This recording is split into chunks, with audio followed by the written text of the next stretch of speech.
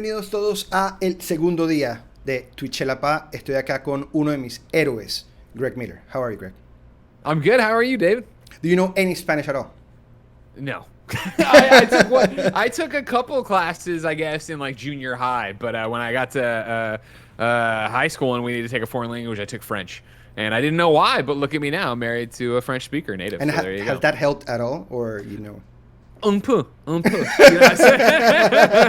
I know the basics that can get me through things, and I keep using the Babbel app here and there, just not consistently. You're just one syllable away from Spanish, like that in Spanish. I know, would be it's very close. Poco, I'm aware. Un poco, just one syllable more. That's it. For me, it's I'll start talking, I'll go in French, and then I will inevitably hit and start inserting Spanish into it. And Jen's like, "No, really? no, you're conflating the two." I'm like, "Dang." Have you ever heard Filipinos speak? I don't think no. It's crazy. Maybe because it's like they obviously have like a lot of mixtures like of languages, but then they'll be speaking a lot like their language, so you won't get anything. But they will eventually put words like caballo, that's like horse in Spanish, because they have some Spaniard like back, so they have like this weird language where you get some Spanish words here and there. It's really crazy. Yeah, you can just cherry pick out of it. Yeah, that's how when I get to go back to Quebec with my wife in Canada, and I'm immersed in French. It's that thing where by day 2 or 3, I'm keeping up with the conversation. I'm seeing enough of the words that it's very much like Returnal when you haven't deciphered all of the tablets yet, but you can see the story. Like, all right, I know what you're trying to say. I understand what's happening. Do you think if Clark Kent would have been a lawyer, would Greg Miller consider that as a career at a young age? I do. Yeah, I have a Superman obsession, if you didn't know. And yeah, for sure, I think a lot of my choices early on in life were influenced by that. And, I think the fact that, I went to become a quote-unquote video game journalist in some regard definitely had something to do with the fact that, I remember being a kid and wanting to wear the black rim glasses and wanting to be a reporter and wanting to wear a shirt and tie. So yeah, it definitely has something to do with it. What is it about Superman that you like that much? Because the thing is, that's not the question. I don't want to say that. What I want to ask is, because I'm a big Superman fan too. Sure. And I wanna know, what do you think is the hardest to defend from Superman when you have that fight of, he's just OP? Like, what's the hardest part to like defend of Superman? The hardest part to defend is people's perception of Superman, right? And why people connect with Superman or don't.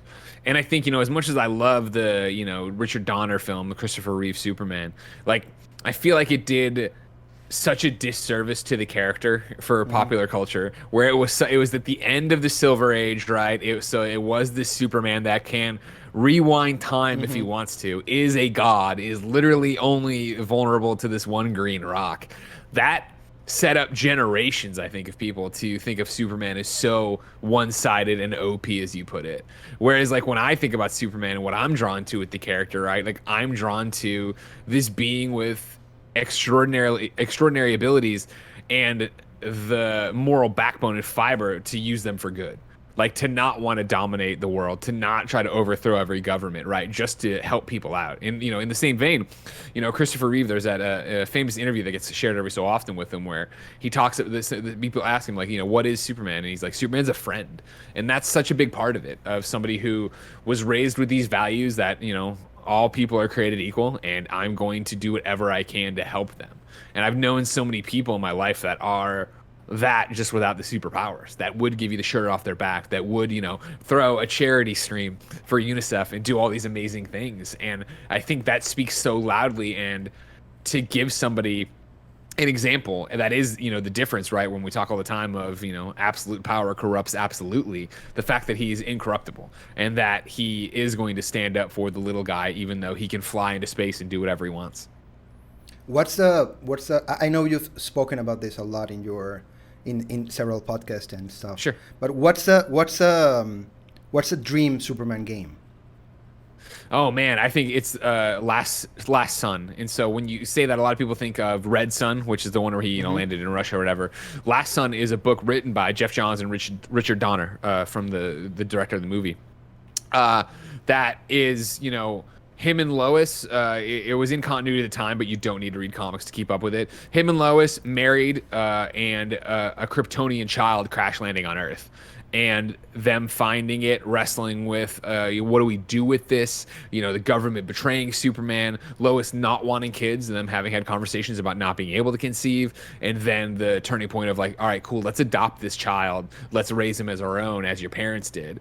And there's so many great moments in there of, you know, Clark and Lois going back to Smallville and asking the Kents how they did this, talking to Bruce about documentation on how to hide who he really is, and then it all builds up to the fact that, you know, what, Act 2, it's actually Zod and Ursa from Superman 2's kid, and that he was their way to break out of the Phantom Zone, and so they've broken out of the Phantom Zone, they've brought all these Kryptonians to Earth, and now they kind of throw Clark into the Phantom Zone, they kind of take over the Earth, and then obviously Superman gets out, beats them all, sends them back to the Phantom Zone. I think it would be a great open world video game, because I do think it would be able to give you an awesome story, connect you to the character of Clark and Lois and ground it, but then also give Superman real threats. And I always pitch it as, I think it would be a modern Prototype, if you remember Prototype 1 and 2, where in Prototype, you know, story was never it's a great thing, but it had a lot of cool ideas about having superpowers in a city. And it was that you had these, for lack of a better term, mini bosses that had like little hives that you had to infiltrate and beat, and then you learn a new power. I think it'd be cool to have Superman come back to Earth for, you know, the Kryptonians have invaded, and now he's got to take out all these mini boss Kryptonians to learn new moves to then go fight Zod at the end. And do you think that concept of Superman being incorruptible is what created something that I came to love also because of you, Invincible?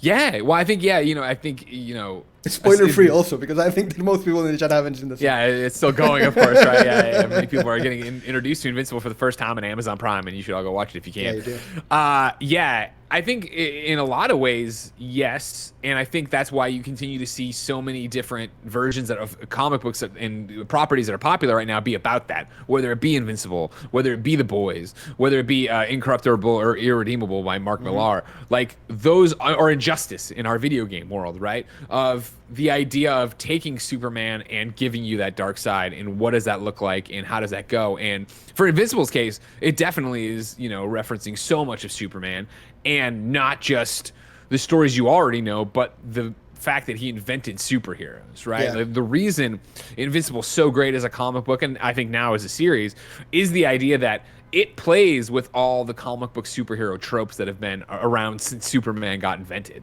And so it is giving you, it's been awesome to watch people watch this show for the first time. Yeah. And that first 55 minutes of episode 1, you're like, sure, all right, cool, I get it. It's, you know, it's Superman and Superboy. And then that last 5 minutes be like, whoa, what's happening? And that sets it off.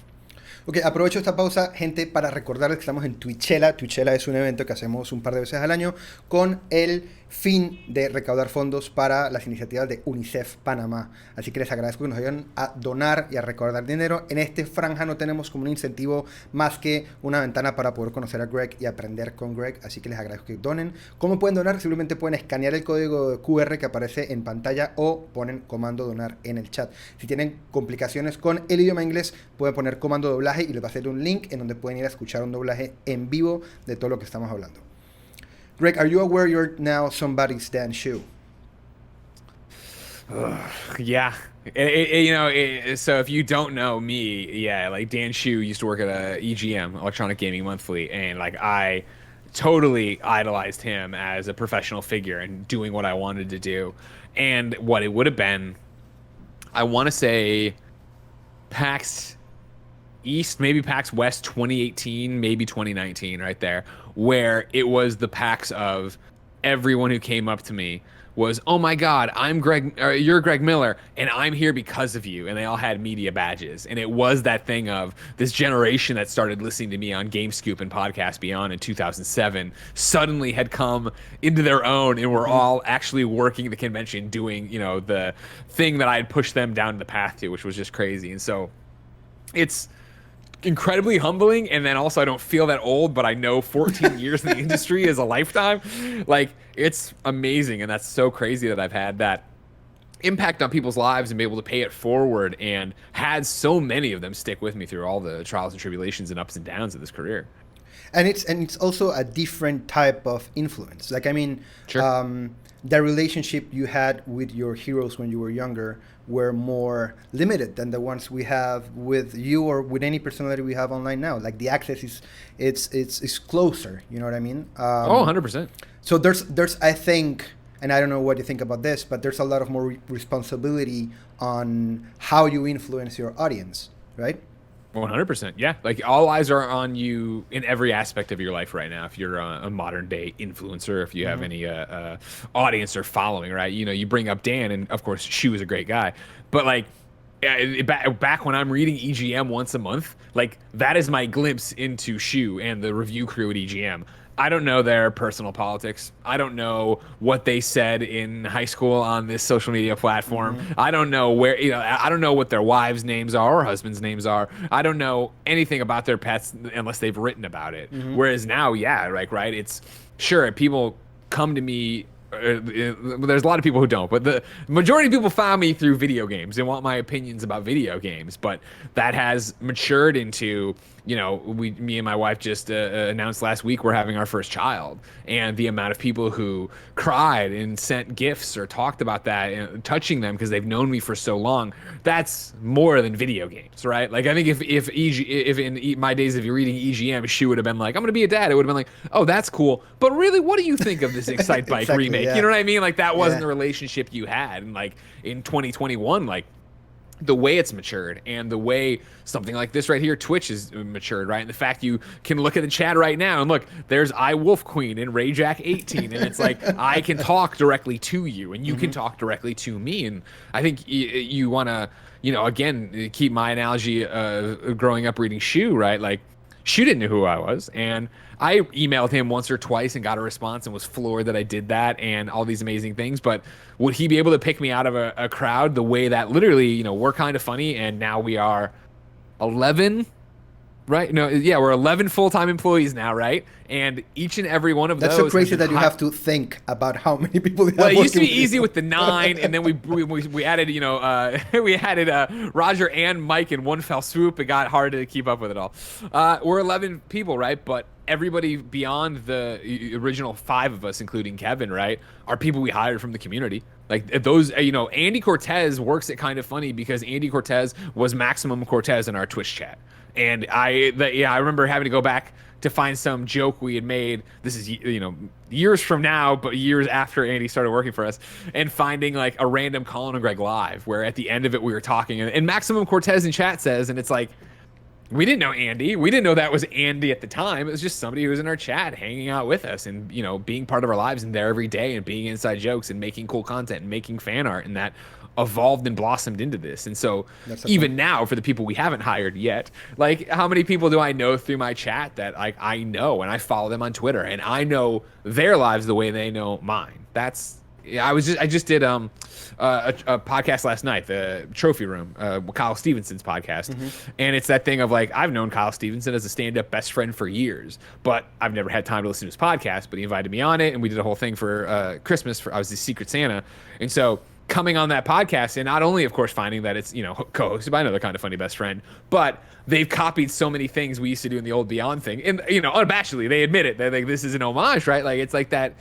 when I'm sitting there talking about the Roper Report, like, and I'm making all these bits, and I'm pounding on the table for this table. I almost did the jingle, and I had to pull myself from doing it. See, and that's the thing, is like, what I think so crazy about all of it is, and this is just a good microcosm of it, I guess, is that when I went and did VidCon for the first time, and that's when this is, a YouTube convention. Now it's way more like a fan event where you meet your YouTubers. In the early days of VidCon, it was come here and learn about YouTube and how to be better on YouTube. One of the panels I was in talked about the fact of like, if I put up, and this is so dated, I don't remember the thing, but it was like, it wasn't this because that doesn't make sense time-wise, but what does Ninja call their fans? What is this thing? And people in the room, including myself at the time, knew what it was because that's how you build a community. You have shared references and jokes and things like that. And it's that it still boggles my mind when I meet people at meet and greets and they tell me, oh yeah, when you guys do the Roper Report jingle, I do it in my car.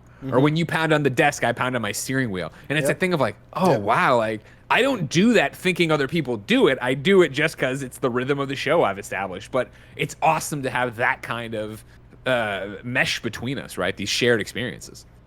And then going back to when you started in journalism, then you get a job in IGN, then you get in front of the camera. But when and how do you feel things actually blew up for you? Wow. Okay. Yeah. So I mean, obviously, getting the job at IGN was, the achievement of my life's goal. My mission since fourth grade had been to write about video games. So I was lucky enough to get that at 23, which is outrageous to think about.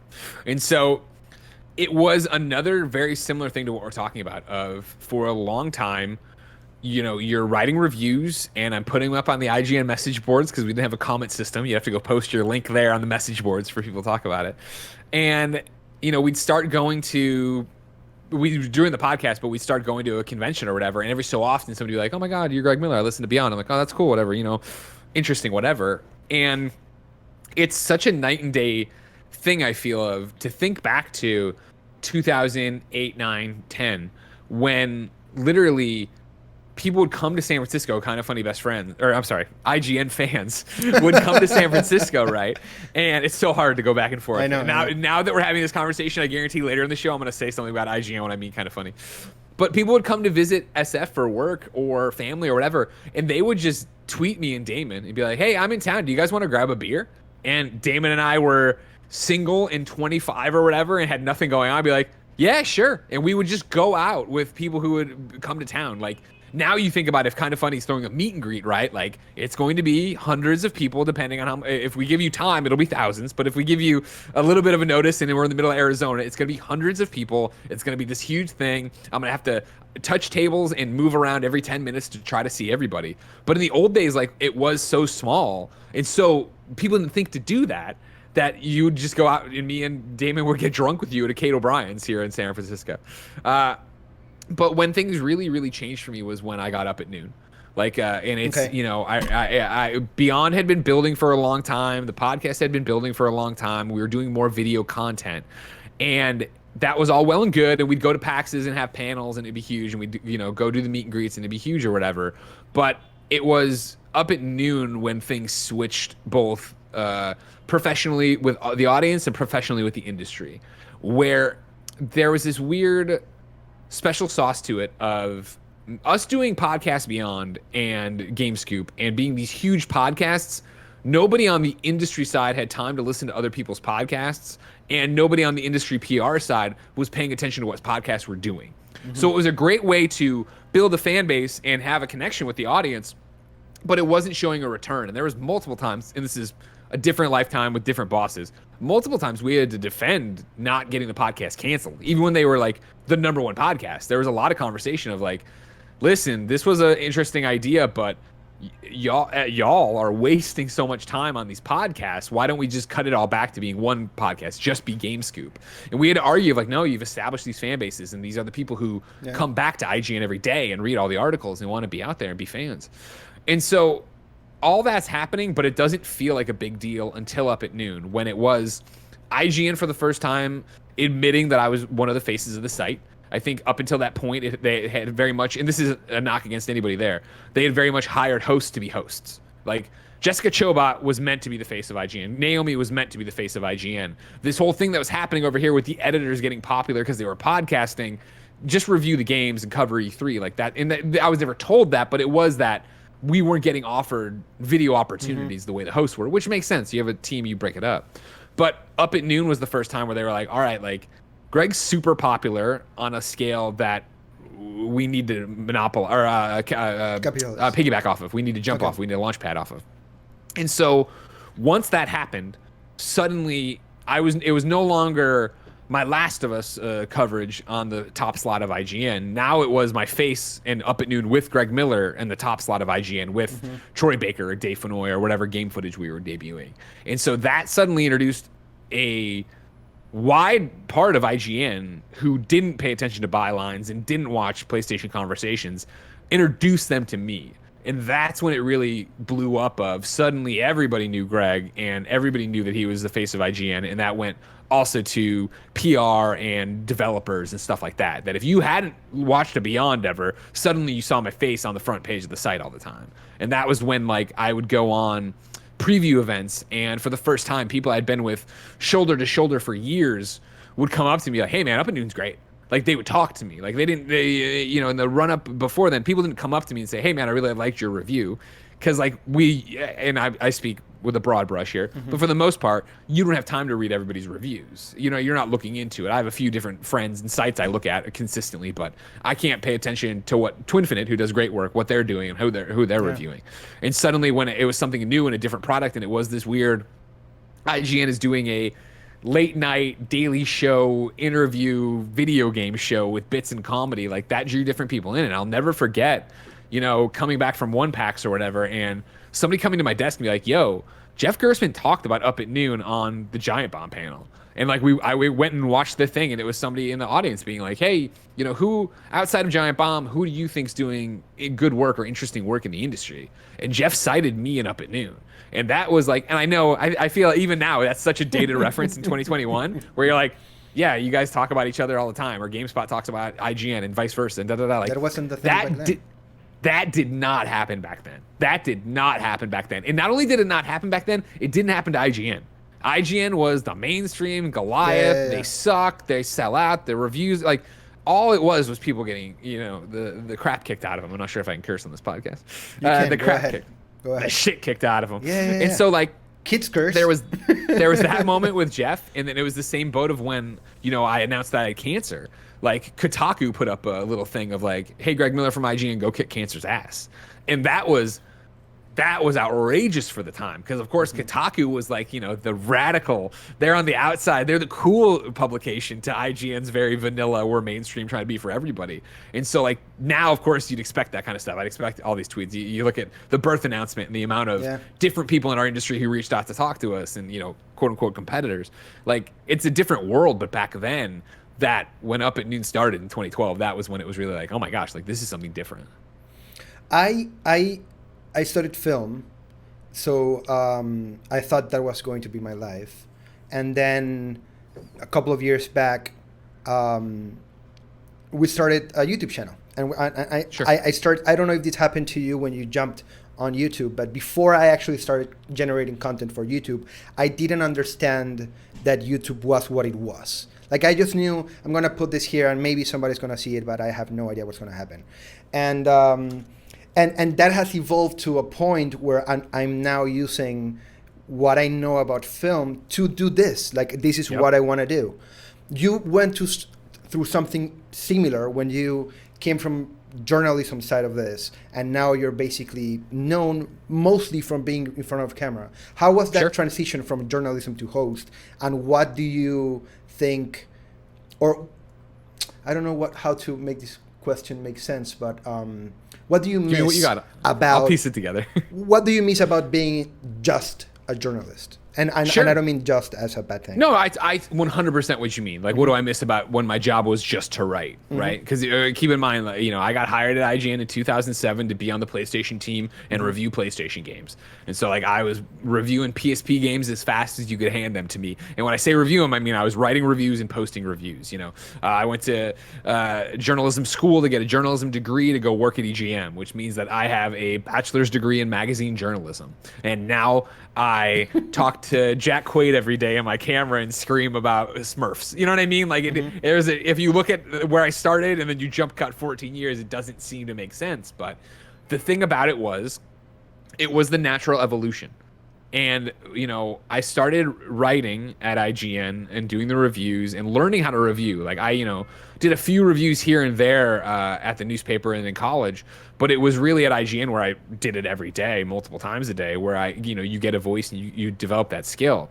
But it was then the other side of it where, reviewing games is one thing, but then there was so much of critical thinking and interviews and developer interviews. And so that's where you see the journalism skills, I think, that I was equipped with from magazine journalism kick in, where suddenly I was going to these events and I was, hey, you know what? We're going to interview you about your new game. They just showed SingStar. Now I'm going to ask you a bunch of questions about it.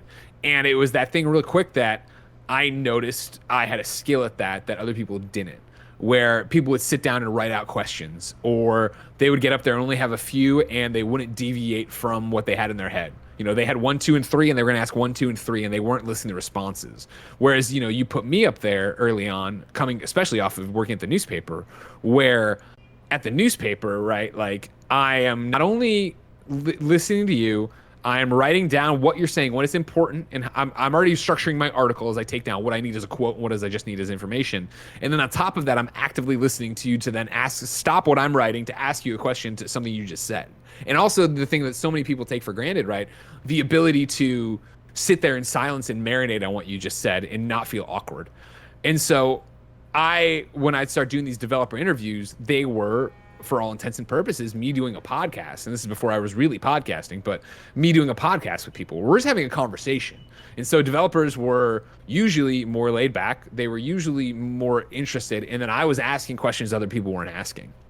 And so that interview skill set is what is bubbling under the surface. And then you see it in podcasts. And then you see it when IGN really transitions their E3 coverage to being a live show. It was, all right, cool. Well, we have all these different developers coming through.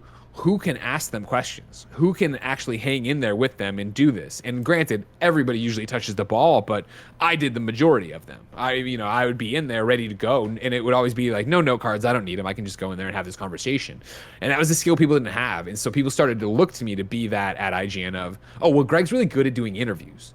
And so that did become part of my repertoire, and that did become obviously what Up at Noon would evolve into, of telling bad jokes written by Mike Drucker and then doing an interview with the developer that was always supposed to be between 7 and 10 minutes, and I always took to 35 because I wanted to have so many different conversations about it. And so then to get out here and get into doing Kind of Funny and starting our own stuff, right, it's all just an evolution of that. And that's what I always talk about, where I think if you showed what I do for work to Greg in college, it would be that like, whoa, how did this happen? But for me, it's all been so natural.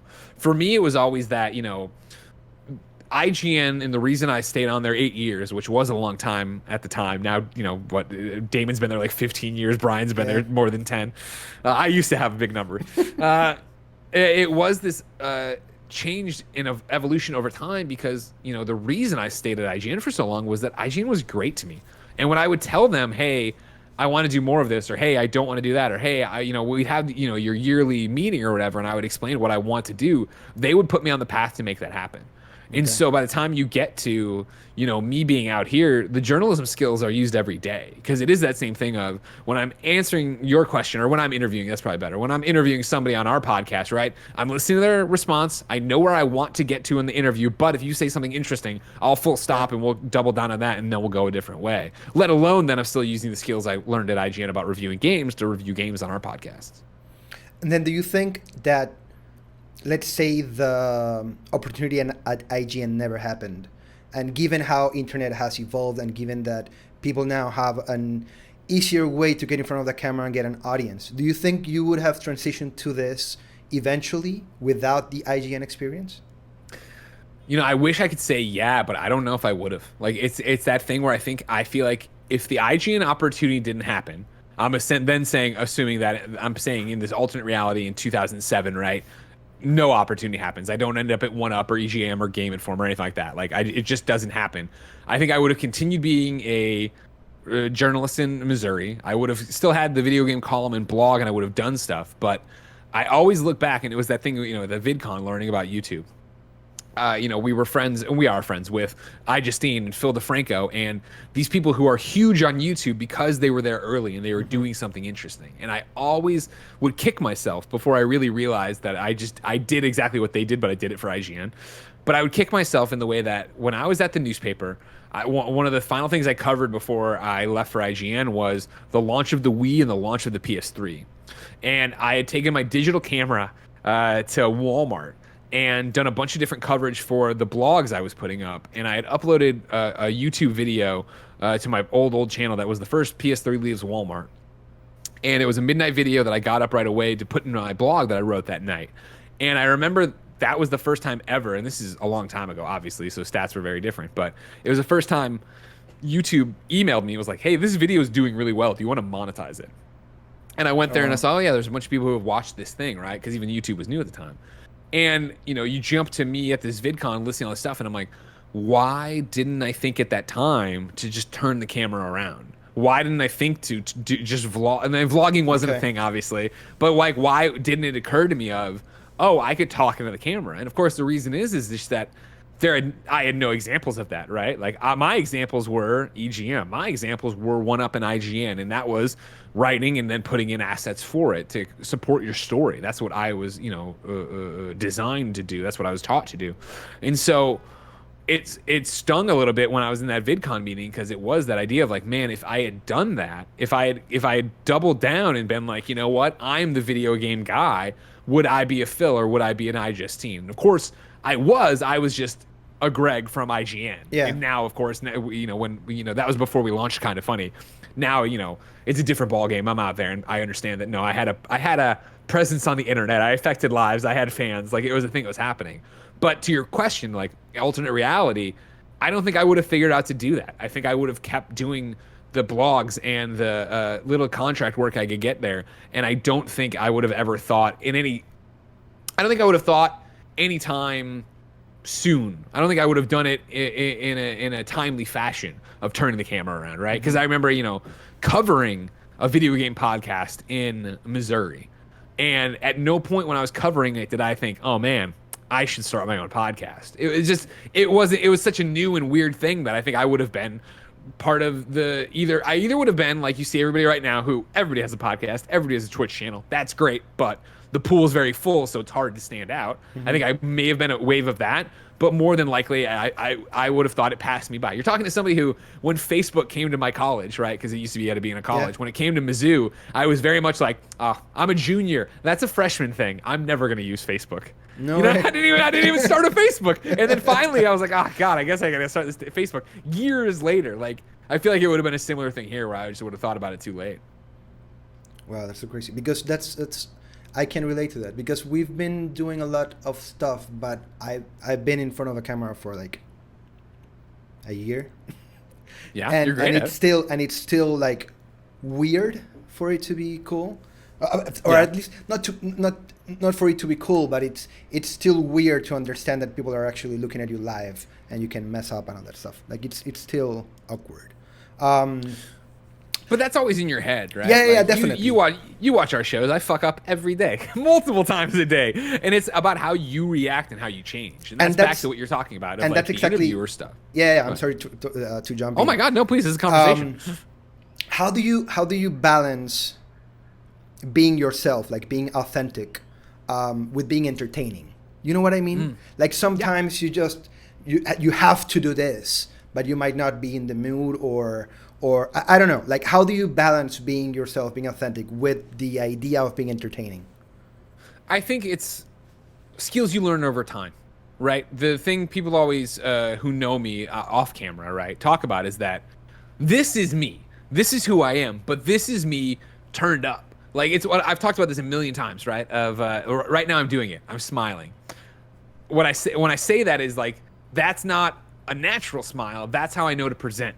Because when I started up at noon, as I was telling you earlier, I'm a great interviewer. I totally know how to interview and have engaging conversations and all these different things. When I would ask those questions on Up at Noon, and they would sit there in the two-shot of the developer answering me in the early days, people would always put in the comments, Greg looks so angry. Greg looks so mad. And I'm like, no, I'm listening. And so I remember those early days of, okay, cool. And I'd ask the question, and I'd be listening to response, and then I'd have the light bulb go off, oh, smile. And so you sit there and you nod your head like this and you listen. And, that's not how a normal human being has a conversation most of the time, right? You ask your friend a question and you listen to him, and you're not thinking about, what does my face look like? And your friend who knows you isn't going, oh man, he's pissed. Like, you understand how natural people have conversations, but when you invite a third party into the room that isn't there and can't talk and doesn't read the vibe, that's a different ball game. And that's where I think the professional nature of the job comes in. And it's about learning those little things that go so far. And so for me, coming in and being able to do this, I always talk about like my favorite thing, and it's one of the reasons I don't like work from home. My favorite thing is when I'm on a show, the show has my undivided attention. Like, to come in here and you and me, you sit down and it's on the calendar for 2 hours, we're just going to talk. Let's go. I can't look at my text. I can't worry about my email. Over here on Slack, Snowbike Mike needs something. I can't do it. So I'm here with you and I'm doing it and I get to focus.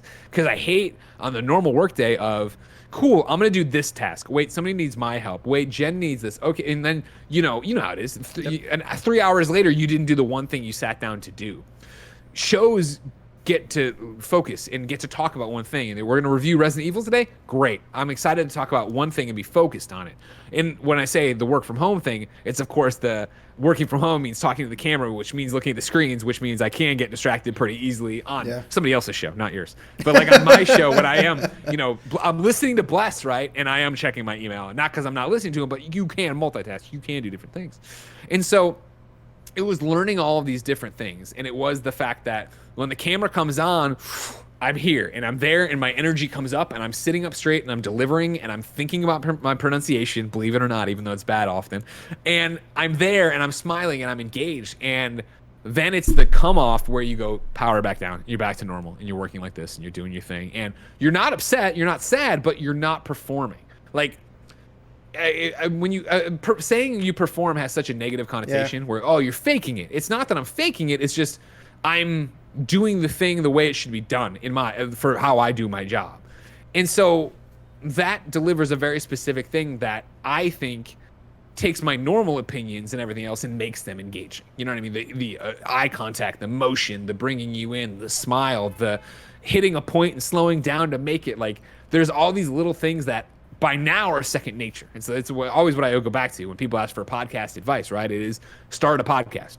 Go out there and start doing it. Because when you're first, there's a whole thing about, being an expert and how many hours it is, but your first hundreds of episodes will be garbage. You are in your head. Am I breathing on the microphone? When do I interject? Do I interject now? Do I raise my hand? Like, there are so many little things that make having a conversation on the internet for content not like having a conversation anywhere else. And then there is the idea of like when to do anything and read the comments and yada yada yada. Like, this is all a skill. And that's why I always say it's a muscle. And I know it sounds goofy because obviously I don't have many muscles, but it is this idea that you need to flex it and you need to train it and you need to go out there and you need to make bad shows. Because I do it all the time. I feel like when we start a new product, like, a great example, not that they were bad, but a great example is P.S. I Love You XOXO Volume 2. Mm-hmm. Blessing started it kind of funny. We restarted that show. And not that I'm saying the first, we're at, 60? Yeah, 69's next week. I'm not saying the first, I would say 60 episodes were bad. They were different. And I think now when you are, now when I listen to episode 68, when we're making episode 68, I know Blessing in a way I didn't know him when we started that show in January 2020. Yeah, that dynamics changes. Right? And that's such a rhythm you get with a partner, but it's like you get it with yourself when you're doing it. You get it when you join another person's show. You get it when you create something new. There's a science to all this that comes with time and practice and making a lot of bad content. And I'm so incredibly lucky and blessed that I got to make my bad content at IGN. I got to make my bad content on the greatest stage of video game press coverage. And I say that because I'll never forget when we were on our way out. We were already doing kind of funny stuff. I don't think it was still Game Over Greggy at the time. But I remember when they were hiring for a position and they started doing these SWAT interviews, which was like they'd bring the candidate in for a day of interviews and the candidate would be in the boardroom and then like 7 of us would come in and sit down and talk games and then they'd leave to go to another boardroom and the 7 of us would discuss it. And we were, and I probably was too, but the group was ruthless. And I remember like on one of them where they were picking somebody apart for saying this thing wrong or saying the wrong developer. And I was like, listen, I get what you're saying. I get that we're IGN, you're top of the mountain here. But like, keep in mind, I would have never been hired here if I had been asked the questions we just got asked, or we asked this person. And there's an argument to that of what IGN was in 2007 versus what IGN is now. And I'm sure, to be the best and stay the best, you got to hire the best. But it's ridiculous, I think, when I see so many different people creating such wonderful video essays and podcasts and video reviews on a scale, and they're doing it all on their own, and they can't get a job, it seems, or they haven't had that opportunity yet. And I'm like, man, I think back to when I was on IGN is AFK, which is an old IGN podcast, and I was on there for the 2-hour podcast and said nothing. And at the end, the host was like, well, Greg, thanks for joining us. Like, I was too terrified to say anything. And it's like, it's so crazy the way it's all changed. What was the hardest thing to go independent, or what scared you about going independent? The thing I always say about going independent and what scared me, and it sounds goofy, I know, but what scared me was that I wasn't scared. I really didn't have this overarching, oh my God, is this going to work? And that was very empowering, but then also scary of like, wait, am I being naive about this? Because I always talk about it of like, we branch out and, go independent officially January 2015. So at end of 2014, we're doing it. And what I think, after years now of picking it apart and thinking about it, what scared me about not being scared was I had just been burned 2 years prior by cancer, where I remember not being scared of cancer either. I remember telling people I was going to ride the bus to my chemotherapy and ride the bus home, and it would be nice to play video games while I did this and yada, yada, yada. And then getting the harsh reality of even how a mild cancer like I had was going to devastate me and change my life dramatically for the rest of my life. And so I always talk about that. I was super naive about cancer. And so when you get to 2014 and I am so confident we're making the right decision and I am so confident we can make this work, it was then that thing of like, man, I'm not scared. Should I be scared? Is that, you know what I mean? Like that was what is going to happen? Like we were lucky in a multitude of levels. The fact that we started our first Patreon before we left IGN, which is one of the motivating factors to leave IGN when they got mad at us. But when we got to see the level of support that was out there for us when they knew we had jobs, that was kind of the thing. I'll never forget that moment of like, the first 24 hours of this thing being up and we were making $10,000 a month. And it was that like, hold on a second.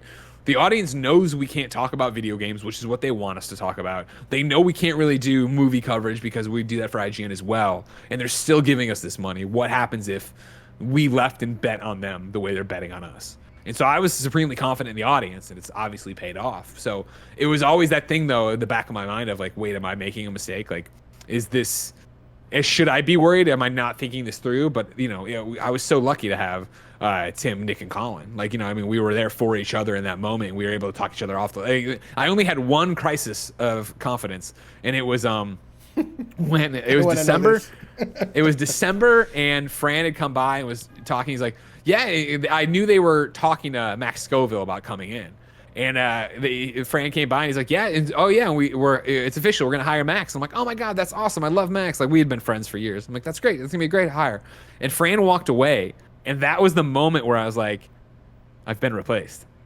And I turned to Tim and I'm like, we're making the right decision, right? And I'll never forget. Tim goes, what? I'm like, we're making the right decision, right? We're making the right decision. And he's like, leaving? And I'm like, yeah. He's like, no, we're making the right decision, dude. Like, don't worry. I was like, okay. But it was that like gut check moment of suddenly like. Yeah. That's how fast you could be replaced. You know what I mean? I wasn't even out the door yet. I was like, fuck. And to think that would even be a big, and it was, I guess, like a big weight on Max too. Like to be the guy that replaces Greg Miller. Like from his point of view, it was also a big stress, I guess. Yeah, we've talked about that privately, and I think probably on some show before, maybe beyond. But yeah, like that was the thing of there's a lot that we didn't do right and IGN didn't do right in our breakup. And, I remember distinctly when I think I had wrapped my final Up at Noon, because I stayed on for a few months after, or like a month afterwards to do Beyond and Up at Noon to kind of put it all to with a bow on it in January after we had already started Kind of Funny. And I remember, one day when Fran was like, yeah, thanks so much for doing this with us and yada, yada. He's like, hopefully in a couple of months you can come back and be on like Game Scoop and stuff. And I was like, couple months, man, don't even worry about it. Like, I'll come back whenever you want. Like, you guys should come on our shows. Yeah. And Fran was like, it's going to take some time. And I remember being like, what does he mean it's going to take some time? And then, we left. And it was like, oh, like, this is like when you break up with somebody and you still see them on Instagram and Twitter. And it's like anything either side said about the other side got back to them. And it got back to them through back channels with no context, no tone of the room. So even I remember hearing things people at IGN were saying about Kind of Funny, and it was like, I'm sure they were said with a laugh, but to me they were like knives, and I was like, fuck that person, fuck this, you know what I mean? Like it hurt so bad, and it was like it took me a long time, number one, to be like, man, Fran was right, which is always hard to admit, and then even longer, I think, for us to get to the part where we are now, where it's like obviously there's been a ton of changeover at IGN, but where it is that IGN hires me to come host stuff, and we have people from their shows on our shows all the time, and vice versa. And like, it's again, it is that true collaboration. I left IGN at a time when they were getting there, but not there. Where I still very much like Up at Noon was very much, VidCon had taught me. There's no competition, only collaboration. And there is no competitor, just collaborators. Agreed. And I remember bringing that back to IGN and them not fully being in on that, but Up at Noon became the avenue where I was bringing on people like Jeff Gerstmann and stuff who weren't never on IGN, bringing them on to be a part of these shows and kind of showing that. But when we left, to them in a lot of ways, we became competition, and that's obviously been squashed and is totally gone. And you see, great shows like right now, Zach Ryan, produces the Review Crew for IGN, which I love, where he gets all manner of different reviewers together to come together and talk from different outlets about games and promote their things. And like, that's what it should be. Okay, I'm gonna take this break to remember people. Gente, recuerden que pueden donar todavía a la causa de UNICEF Panamá. Pueden escanear el código QR que está arriba o poner comando donar en el chat y nos ayudan muchísimo con sus aportes para la infancia panameña. Okay, so now you have kind of fun and you're working with your friends. I actually have like a production company with my father. That's great, but it's also a mess. And I'm doing this, Sounds like a regular family business. I know, right? And I'm doing this with my wife. Like El David Estefi Show is something that I did with my wife. And before that, like the first project we had that was very influenced by you guys jumping independent with Kind of Funny was also a project that I did with friends. And that came with both great things and really hard things to manage. Sure. What would be your advice on working with friends and or loved ones? Sure. I mean, I think the biggest thing is that it is doable.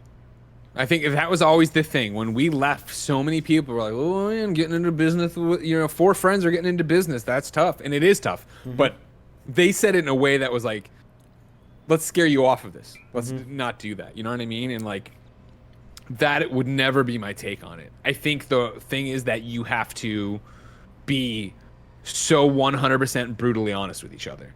And not brutally like you're trying to hurt each other's feelings, but just don't pull punches and don't put up with something. I think it's like any other relationship. Nick and Tim have love, sex and stuff now, right? The relationship advice show. And they always talk about it like, communication is key. Communication is the most important thing. And I think, when you talk about getting into business with your friends, I think it's honestly more to take it up a level. Getting into a relationship with anybody. And that can be romantic, that can be friends, that can be business. But it all comes down to having that open dialogue between each other where someone does something in the moment that isn't cool. And maybe not in the moment if you're live on a show or whatever, blah, blah, but as quickly as you can in a good way, you address that problem. Because if you let them stew, if you let them go, if you let it go, it's any other relationship you've ever had that's become the tea kettle that's filling with steam until it finally bursts out the side, right? And it is this huge thing. Like, I think in the early days, that would have been our thing of, whether it was me and Colin, whether it was me and Tim, whether it was Nick and Tim, whether, any way you take Kevin, if it was any of us with Kevin, like it was that idea, right? Of like, oh man, this thing pissed me off, but I know you're overworked and I know I'm overworked, so we won't even address it. We're going to move on to the next thing. But all that stuff sits in your head. It sits on your shoulders. It does until there is that moment that something happens that is innocuous and not a big deal, but all of a sudden becomes a big deal. And it is a big fight and people are yelling at each other. Like, it's about coming at everything from a place of love. And I think that, you jump to where, you're talking about 2015, us founding the company, working out of a spare bedroom, to 2021 Kind of Funny. And like, obviously there's so many years in between that and so many lessons learned. Just like, again, I still am a terrible manager and business owner, but I know how we work and I know what I want our relationship with each other and employees to be, right? And so you do see me have these long, especially as I relearned to talk to people in 2020 through Slack and not in person, these long letters I'll put up on Slack explaining an issue or over communicating something, because again, like, I want to make sure we're all on the same page, and that happens by communicating. That happens by talking to one another. And so, people, this past week have been so like congratulatory on, oh man, you're going to be a dad. That's awesome. And like, here's advice and here's all this different stuff. And like, obviously I would say things that weigh on your mind are how much sleep am I getting? When do you feed a baby? When does it start school? That kind of stuff.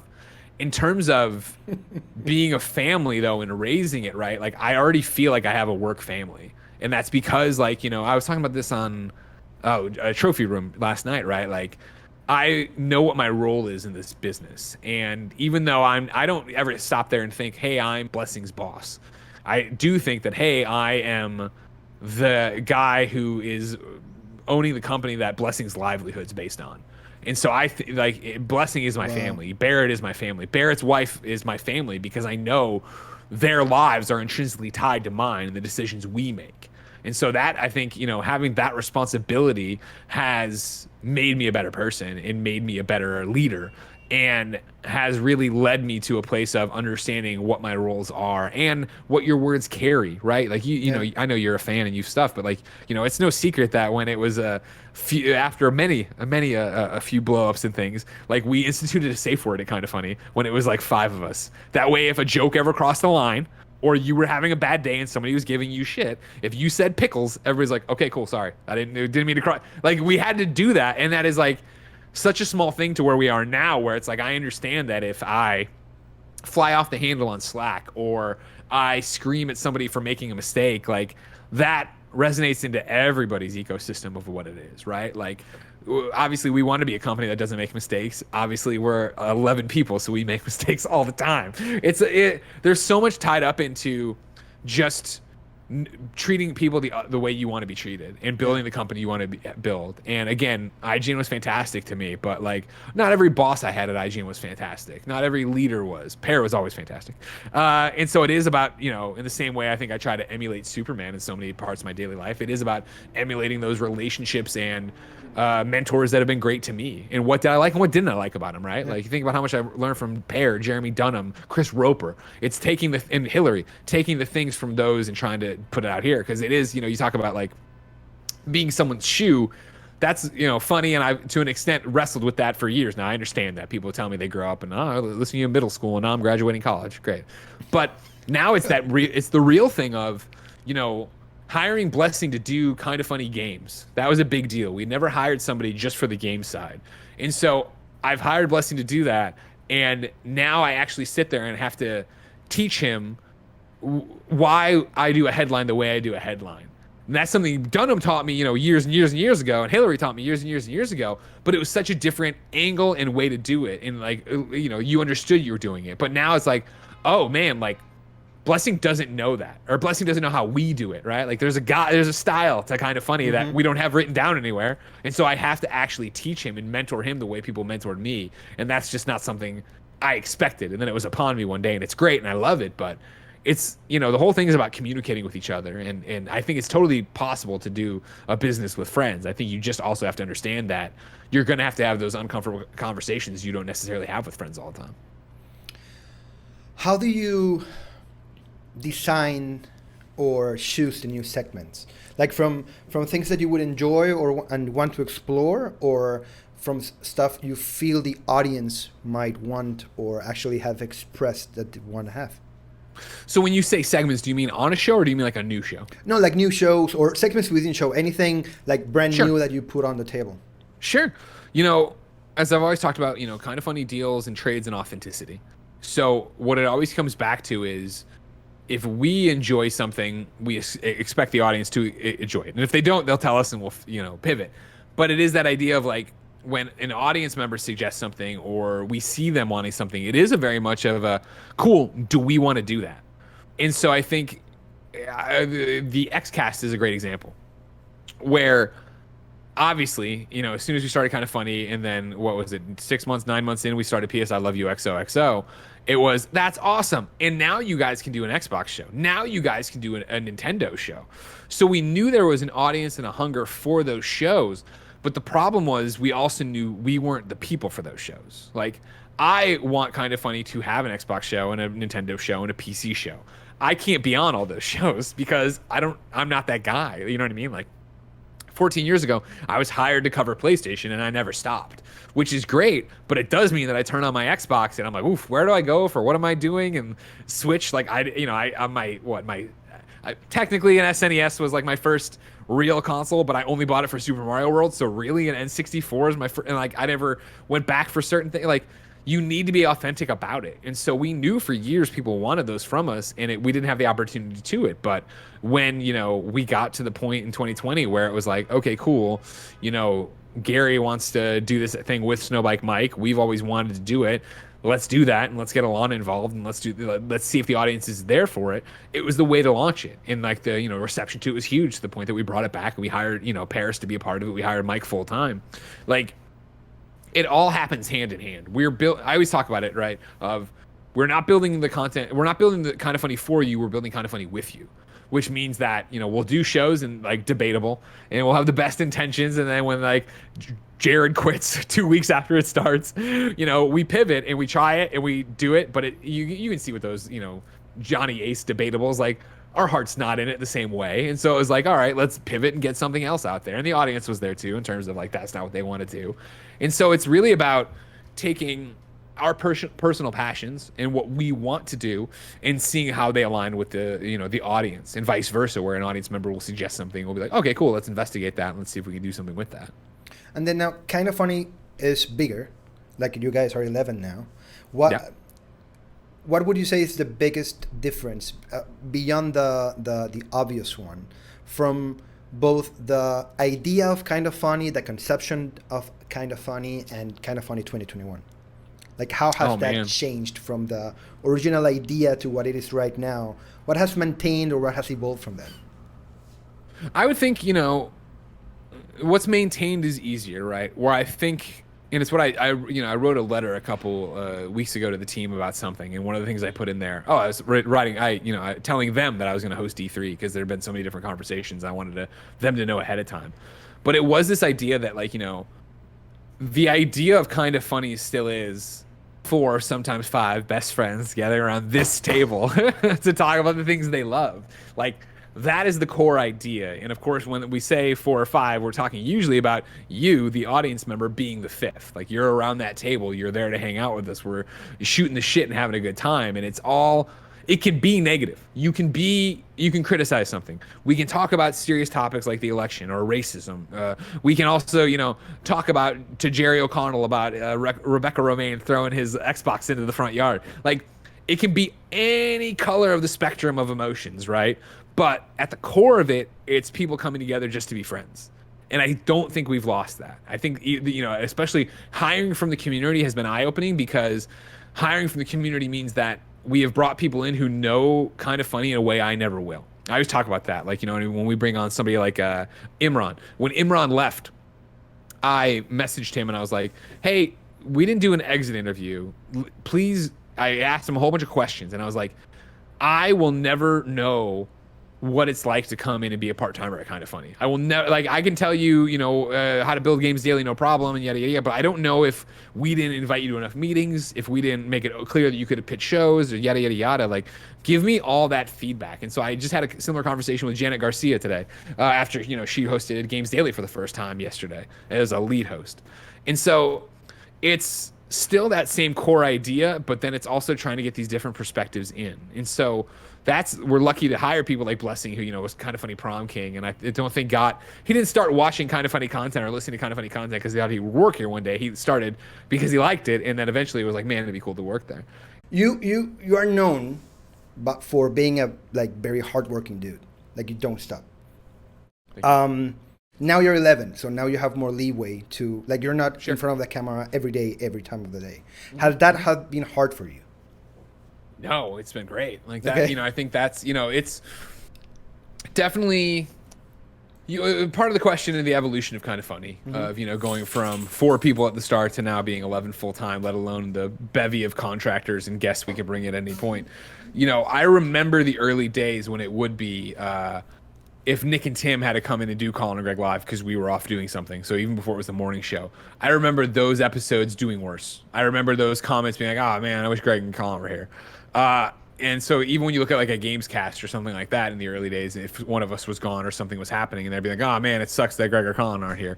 Like, there was that concern of, man, when does the audience understand Tim and Nick? When do we, be able to build a relationship the same way with them that the audience has with us? And so now to have it be that I'm able to leave for weeks. I'm able to take a week off. I'm able to go do jobs. I'm able to do whatever. And I come in to look at the Games Daily comments, and the Games Daily comments aren't "Where's Greg?" And it's not "Where's Bless?" It is, "Oh, this is really cool. I love Janet when she came on and did this, and now Ben from MidMax is here. That's awesome." Like, we've been able to build out the product catalog and have it not be dependent on anybody's personality, right? Well, even when you turn on a Gamescast and Tim isn't hosting, it's not, "Oh man, this sucks that Tim isn't here." People miss him, don't get me wrong, but it is like, "Oh, this is cool. This is change of pace. Oh, they've brought in these experts for this panel. I understand what's going on." Like, the fact that we're able to spread the wealth is exactly what we wanted. And I was not concerned we wouldn't get there, but I think we've gotten there quicker than I thought we would. Okay. Because the idea is, of course, that I won't be able to do this forever. You talk about being hardworking, and I love it. And, I have it currently where, if I do 3 shows is the limit on a calendar before someone intervenes. And so, like, for this day, right, like, when we did the meeting on Friday, Joey looked at it and she's like, "You got to come off something. You're on too many things. You can't do Games Daily, this stream, and then the charity stream this afternoon, and the Kind of Funny podcast." And so, like, I bowed out of the Kind of Funny podcast, and I'm not worried about someone watching the Kind of Funny podcast this afternoon going, "Oh man, Greg's not here." Ugh. Like, we have we have this established roster of characters, and people are happy to see any of them, and they're excited to see guests we bring in, and like, that's fantastic. And that speaks to inevitably what this will become, right? I talk about somebody like, Pear being a mentor to me. Pear isn't on 98% of Kind of Funny or IGN content. See, I knew I'd do it eventually. IGN content, like, Pear's on very specific things, and even then, there's a ton, the majority of IGN people don't know who Pear is. And so, like, I don't think we're going to get there with me, but I do think that there'll come a day where it is that, okay, cool, it's very rare to see me on Games Daily, or it's very rare to see me on Gamescast. I'm coming in for special things rather than being the standard there.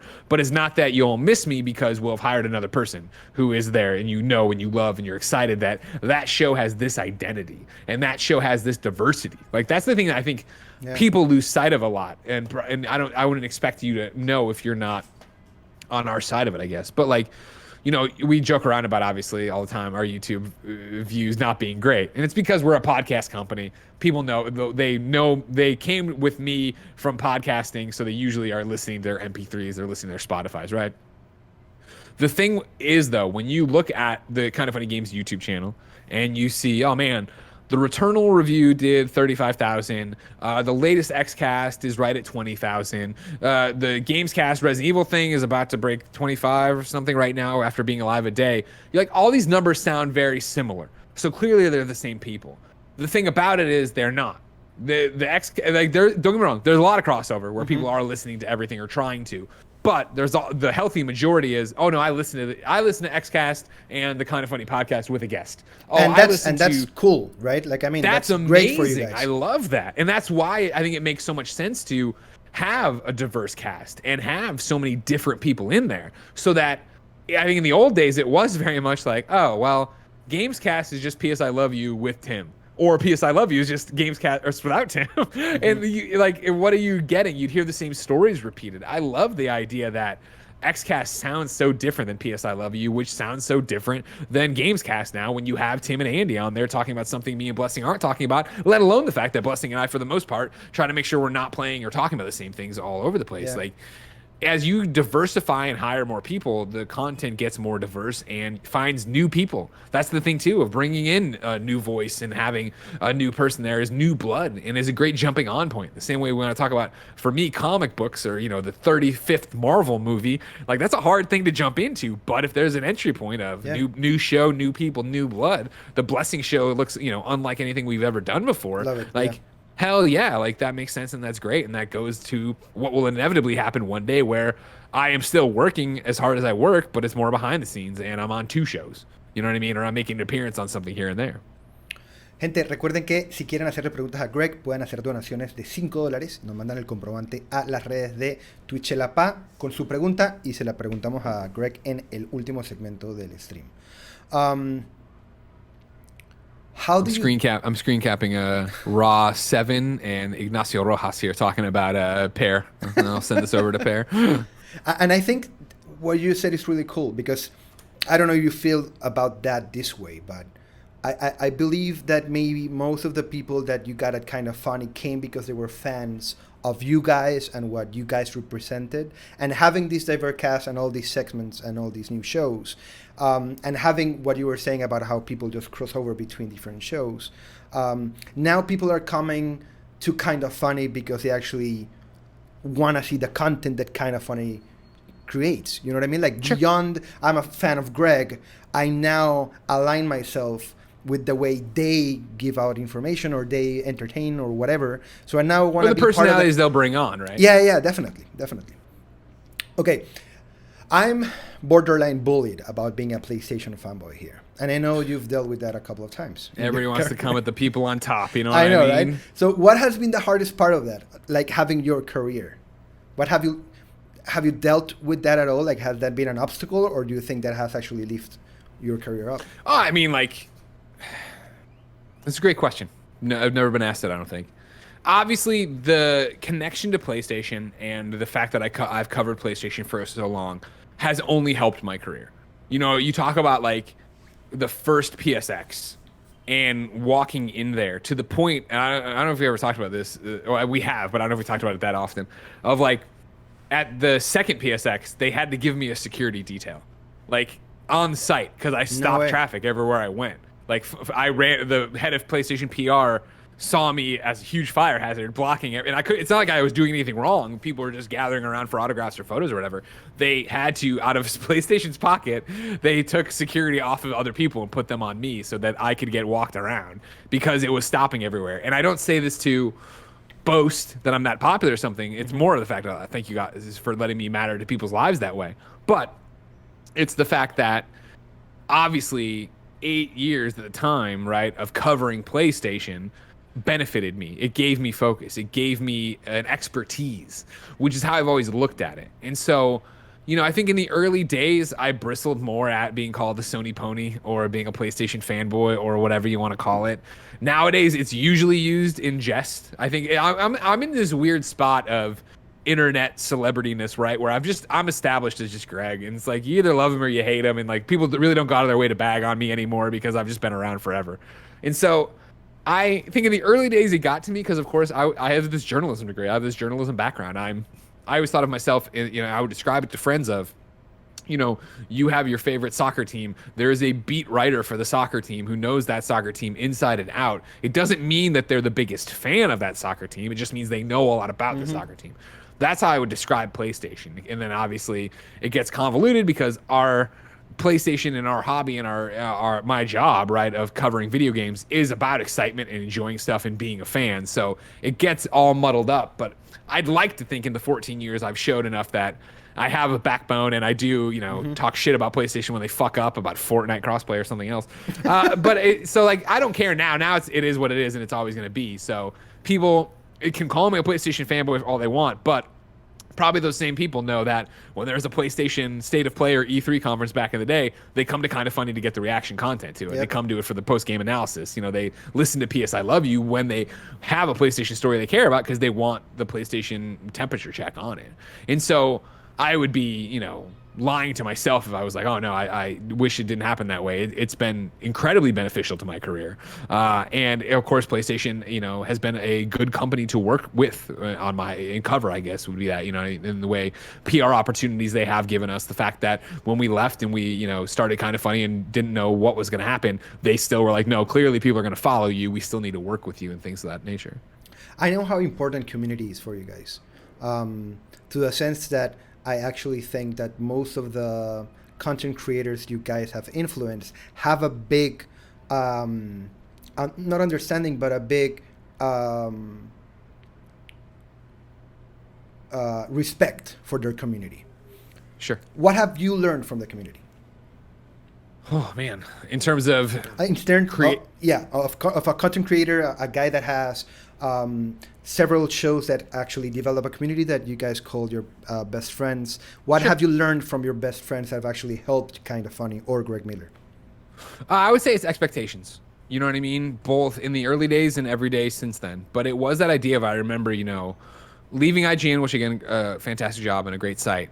But you know, when I was there, the IGN comment section was only filled with the people who hated you, and only filled with people who wanted to call you, you know, sellouts and bought off by Activision or whatever. And so I remember in the early days of Kind of Funny, where we didn't know what we were doing, and not that we know it now, but we were making a lot of mistakes, and you know, the wrong ads in the thing, or we're not live when we're supposed to be, or this thing's gonna get canceled, this thing's gonna get pushed. I remember, you know, whatever it was, the number, the fourth time that week, writing a Patreon apology post and putting it up, and really being like head down, like I'm so sorry this happened, yada yada yada, and the comments all being like, this is an IGN, you don't have to do that, like. We're here because we love you guys and the content you create. Like, just telling us that something's wrong, we get it, and we're not gonna like pull our patrons. We're not gonna pull our numbers. We're not gonna run away. This isn't like we're gonna unsubscribe or turn on you. And that was like a really reassuring thing that number one, we were on the right track with, you know, best friends. It wasn't just bullshit. And then number two of, okay, like, obviously we want to put the consumer first. We want to make sure we're making the best products, but they understand. And that still carries to this day, and it's something I think we still fuck up to this day. You know what I mean? But we fix. Where just, you know, last week, no, 2 weeks ago, yeah, when I was off for the week, they had a string of. We're trying to get the rhythm, you know, with 2021, we're doing these streams every day with Mike. And so that's awesome and, you know, amazing content and, you know, a brand new thing for us to get into. But it's also a new challenge for the schedule. And so for the longest time, we've been doing shows at 3, and people were coming in either late or just totally frazzled and they hadn't eaten after they come off the stream right onto another stream, and you're not, you know, you're not giving it your best. So we had been like, well, what if we starting the shows at 3:15, give people a chance to eat, catch your breath. Yet everybody's like, that'd be great, that'd be great. So we started doing that, but when you've already pushed to 3:15, it's so easy to push to 3:30. You know what I mean? Of like, oh, this call came up, or oh, this thing happened, and yada yada yada. I mean, let alone you're at home, so there's the usual email that's coming in you're not expecting, or phone call, or somebody in your house needs your help. And so the week I was off, I saw a Reddit thread where the audience was not angry about it, but very much like, hey, like, you guys aren't communicating well on this, because we don't mind the show being late, but when we're sitting in the chat at 3:20 and no one said anything, is the show canceled? Is the show just running late? Like, all we need is just a reassurance. All we need to know is a glimpse into what's happening. And, you know, that's 6 years later that we're still learning how to do this, because it is a case-by-case thing. It is a show-by-show thing. It is a product-by-product thing. And so it is about listening to the audience when they're coming to you with feedback and criticism. And, you know, lots of times you're talking about they don't like a person on a show, and that's usually when we're like, okay, well, we're not going to take that to, you know, it's not like you don't like this person because they said something horrible. We wouldn't work with somebody who said something horrible. You don't like this person because of this take, and it's like, all right, well, you're a one-off comment who's mad about something that isn't actually this. So that's a different thing. But it is this other thing of like, oh, you know what, that is what I was talking about, a use case scenario where, of course, why would you want to sit in this chat not knowing? I know on my side, yeah, we're running 15 minutes late. The show's going to go. It's going to be great. You don't know that. Somebody needs to tell you that's what's happening. It's, you know, you complimented me a second ago where the stream went off and I was immediately in your chat being like, hey, we're fixing it. We'll be right back, right? Because that's all people want to know. They just don't know what's happening. Is it a power outage and you're going to be off for hours? Is it just a hiccup in Discord? You'll be right back. Like, it's those little things that you need to communicate. And it's not that I wasn't prepared for it. It's just sometimes even today I take those for granted. And talking about mistakes or fuck-ups, Greg way, by the way. What's a mistake that you guys are thankful for? Like that actually taught you guys something that you actually, you're thankful for making that mistake when you made it. Another great question. Oh man, the one that jumps to mind isn't our mistake, and it's also a horrible fucking global tragedy. But I'm thankful for what we learned during COVID, if that makes sense. I'm not thankful for COVID. I would do anything to make COVID not happen. But it's the idea that like you can look to when Andrea left, when Andrea moved to LA, right, and we said goodbye to Andrea. She was very much like, well, we could do games daily on, you know, Discord or whatever. And I was like, no, like I am so against that. Wow. Like, and all of my information was based on me doing Skype interviews at IGN in 2010. You know what I mean? Not understanding how far the technology had come and what we could actually do with it, and the fact that you and I are talking across the globe right now with like no latency. Like, you know what I mean? And it still happens. You'll see it on calls, right? Where it is that thing of like, blah, blah, blah, question, silence. Well, yeah. And they're like, oh, I fucking hate that. Oh, I hate that so much. And so like, I was like, I can't do that kind of show. But when this happened and it was like, guess what, motherfucker, like you guys have to go home to come back and see the quality of content we've been able to put out, and on top of that, the breadth of content, right? Like, you think about it, like, it sounds ridiculous now, but before COVID 2020 and 2019, like, if we were doing We Have Cool Friends, we were flying that person up to be on the show out of our pocket so they could create content with us. And again, when we eventually get back to the studio and the world's a little bit more normal, I'm sure we will do that again. But will we do it weekly like we were doing? Are we going to, like, it's LA, so let's say it's $300 round trip we were spending every week to get people up there. And it's like, that's a lot of money. And like, now you look at it now and it's like, how many people have we had? Jerry O'Connell on, and Jack Quaid, and then Ben Hansen, and like the list goes on of people that are coming in from all over the world. Kevin McDonald not too long ago, Lucy James, to be part of these products that we never would have been able to do. And I think I would have been closed-minded to about doing it. And I think, on top of me learning what actually is out there for technology, it is also the fact that this has been aided by the fact everyone else is doing the same thing. Where even if it was the other way around of like, all right, cool, who wants to come on the podcast in no COVID time, and we were doing it remotely, are they going to have lights? Are they going to have a mic? Are they going to have a nice camera? Like, this is something we all learned together in 2020 and like ran up on this to the point that now I think you could do it and everybody's going to have some understanding of Discord, Zoom, whatever it is. Whereas before it wouldn't have been like that. So I really am excited to see, even when we go back to the office, what we do with this technology and how we keep things going forward. Yeah, I wanted to ask you about that. Do you think some percentage of what you guys do will stay like in this format, even though when we go back to usual? Sure. Yeah, I definitely think you'll see a hybrid model when we go back. And I have absolutely no like concrete plans, so don't hold me to anything. But like, my thought would be, of course, like, I don't think Paris Lily's going to let us move his entire family to San Francisco, right? So like, are we going to be so boneheaded and that we're going to be like, you know what? If you can't be in the studio, you can't be on XCast? Like, no, we're not going to do that, right? So of course, does that mean that like, Snowbike Mike, obviously, I think, I'd love Snowbike Mike to move to SF, and I don't know where we're at with those conversations. But if it was Mike and Gary in the office, why not just have them at the desk and a little side monitor that is Paris? And again, it'll be fine, right? The conversation will continue, and they know each other, and they'll be able to jump in. And it's the same way of like, I've seen so many, again, we pay attention to everything people send us, whether it's on the Reddit, whether it's on Twitter, whether it's on the YouTube comments. I've seen so many people compliment us for our work from home thing, and then also be like, I love the Discord server you guys have going. Because it is, right? Like, on Games Daily, when we're talking shit about something, Paris will jump in. He'll just come in and start talking about what's going on with it, right? Or like the fact that we're live on a show and I'm able to Discord in any manner of guest. Like what, I had Dr. Lupo come into that PS I Love You for no reason, right? Like there's goofy little things you can do with that you couldn't do in the actual studio. And so a combination of that going forward is going to be interesting, let alone the fact that I think it'll be a hybrid model where I think, Jen and I having this kid, which is so great to be able to talk about it. Like, I wouldn't be surprised if, to cut down on childcare costs, but also have a connection with our family, if it was like, cool, I'm going to work from home on these days, which means that those shows will be like this still. Like, this will still be a, standing setup that I do, X number of days or whatever. Are you afraid of getting bigger? Both Greg Meter and kind of. You meant me. I'm like, yeah, I'm terrified of it. God, am I showing? What's going on? Yeah. Am I afraid of getting bigger? No, because I don't think we've long since passed the moment that it's going to be boom overnight. Tomorrow, Conan O'Brien isn't going to share one of our videos, and suddenly we're going to wake up and have 750,000 new subs or whatever, right? Like, we have grown year over year, and we've grown steadily, and we have grown correctly.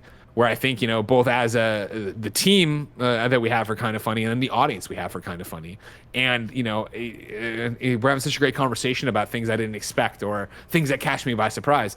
it is always mind-boggling when those threads go up on the subreddit and somebody will be like, I just started listening 3 months ago. Like, what, what is this reference they're making? Or I started listening when this review dropped. And it's like, man, I take it for granted that everybody isn't Ignacio Rojas in your chat right now, who's been with us forever, right? Like or that there's somebody who, listened to Podcast Beyond episode 1 and like knows every dumb little joke I've ever said. Like, that's awesome. And you see that time and time again, which shows we're doing it right and shows that we're bringing that the best friends are still able to bring in people that way and have that vibe to it.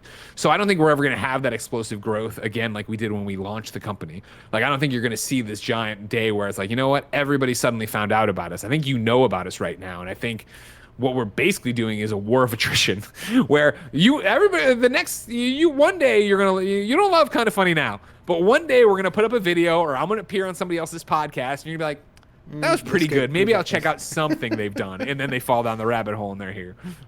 I want to jump to a lot of other stuff that you've done beyond gaming or beyond being a personality. Beyond! That's good.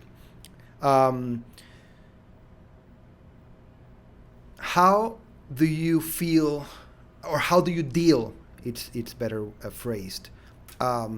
How do you deal with not being in the mood to go live? Oh man, I think it goes back to the conversation you and I were having. Like, that there is nothing that gets me in a good mood faster than being on a podcast, because it is that thing again. Like, even this morning, like, we woke up and I had a plan. I am a planner. I have this at 9:30, this at 10, this at that, this at, you know what I mean? I relate. We woke up today. I slept in a bit, so we were gonna go walk and get coffee. We're like, we can't do that. No big deal. And like, I came back with Porty. I walked Porty outside, came back in, and Jen was like, "Fuck," and I was like, "What?" And her whole thing with us moving and her immigration stuff with the government. And anytime you get the government involved, oh geez, Louise. And so it was like, suddenly the morning was completely off kilter. I had a demo for a thing I can't talk about at 8 o'clock. Suddenly there was this very serious life thing happening that we needed to call the government about. There's all these different things. I still have not showered. I didn't have a real breakfast. I've been running around. And so it was just like, then I'm building a Games Daily document, but then on Slack this is happening, and then this person wanted to talk, and then they're trying to book me for this other meeting, and it's like, and so then I was not in a great mood at 9:59 when we sat down to do Games Daily, but at 10 o'clock when it was, what's up everybody, welcome to Kinda, and it's just me, Tim, and Kevin shooting the shit about video games, like, that turns it up. It's the same thing. It's what I always talked about in the old days. I don't run into it so much anymore, but in the old days of IGN, like, the best way to get over a hangover was to get into the podcast room.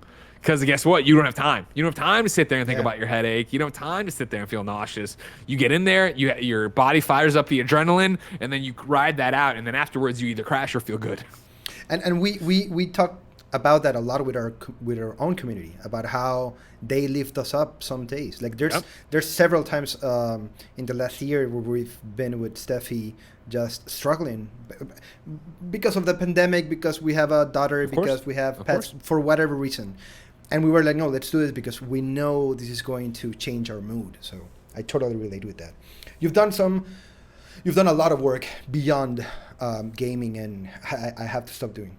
No. Well, you get the one. I'm not going to do it every time. You know what I mean? That's fine. That was always the rule. You've done VA work. You've created characters that have appeared in AAA games, like Shirtless Spider-Man.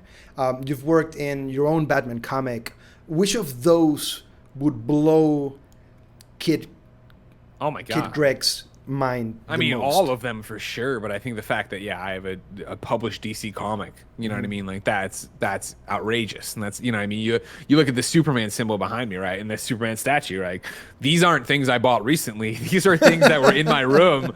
So when Pages in Wheaton, Illinois, the comic book shop we used to go to, closed, we bought this. I mean, my dad bought it, obviously. I was a child at 7 years old, bought this, and this is from the Superman statues from the Warner Brothers store that used to be in Oak Brook, Illinois. Like, you know what I mean, like, the fact that I've been this into DC and Superman and Batman my entire life, like, if early as I can remember, and then to get to contribute something to the DC Comics pantheon like that, and that Joker anniversary, that was incredible. That was insane. And on top of that, in the same way, I guess, for the voice acting stuff, like, it's something I never thought I would do. Like, and that was never even you talk about, especially for when I started in video games or writing about them. Like, that wasn't a career path you saw. That wasn't a perk of the job you saw. You didn't hear about people being put in video games. You didn't see crossover that way into writing. That those were different professions and different jobs that I never would have expected from wanting to tell you why I like this game. That these kind of opportunities would come.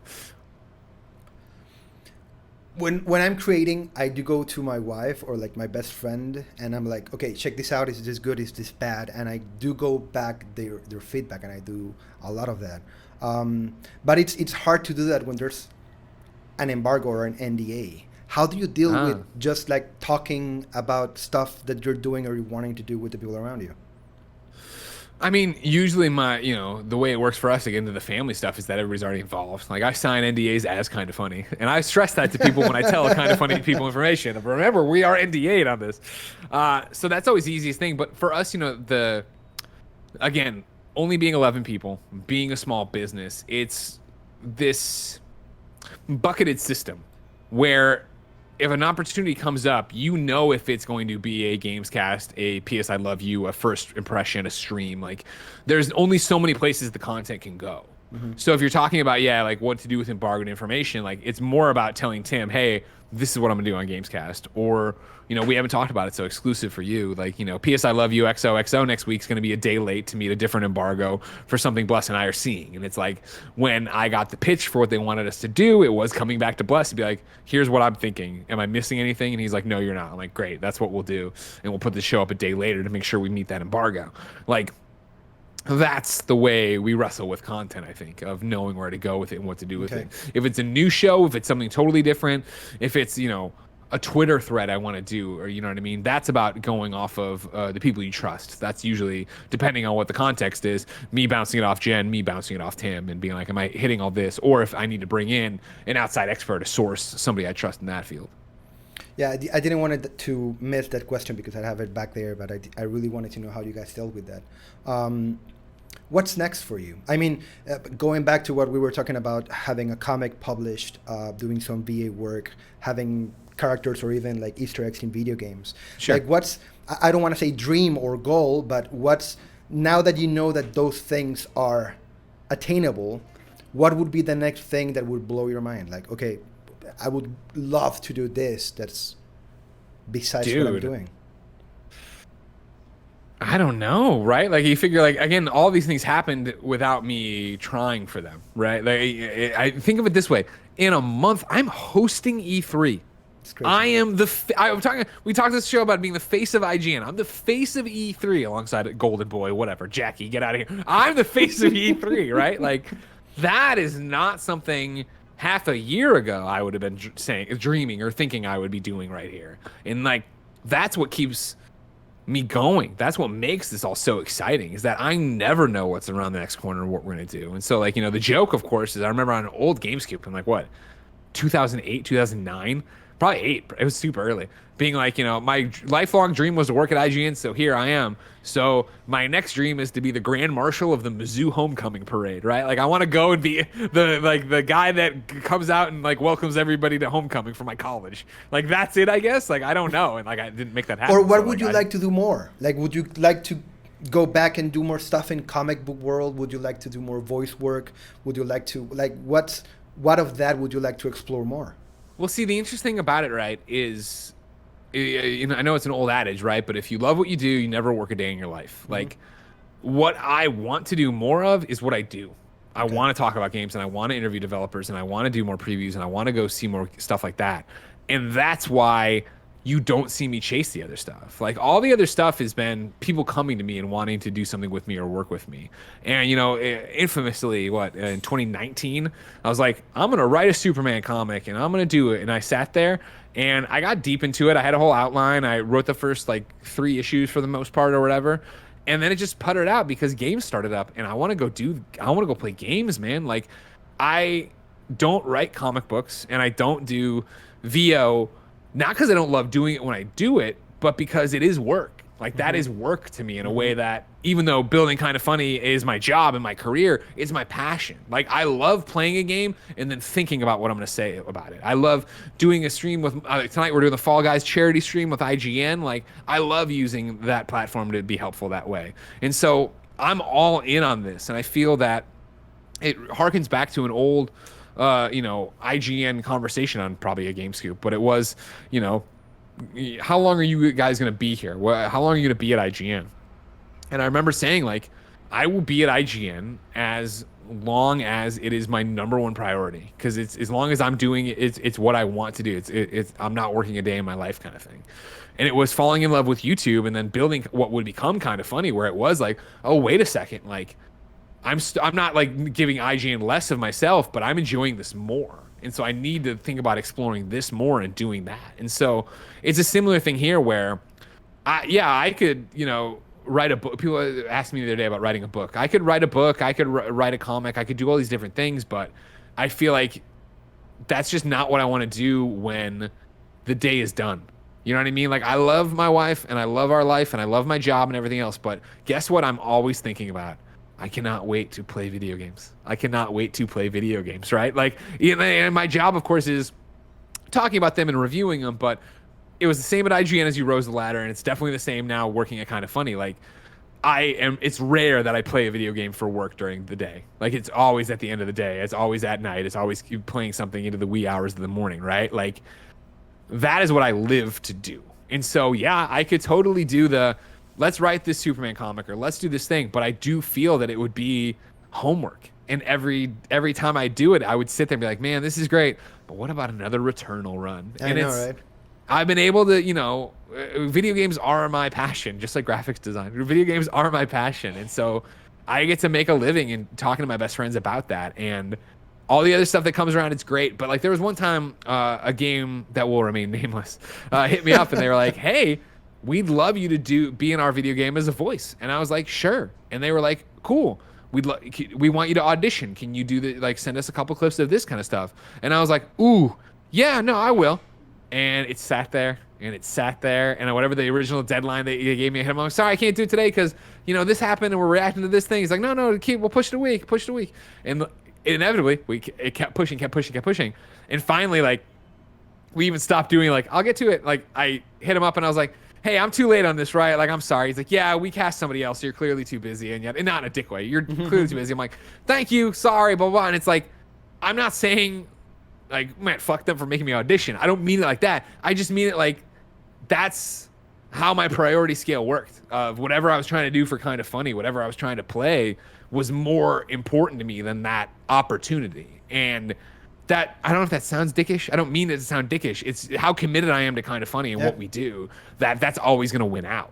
And so that's why you don't see me actually auditioning for roles or trying to do that thing or trying to write that great American novel or something, because maybe one day my passions will change that way. You know what I mean? Maybe I'll need an outlet that way. But we started Kind of Funny because I needed my own outlet from IGN.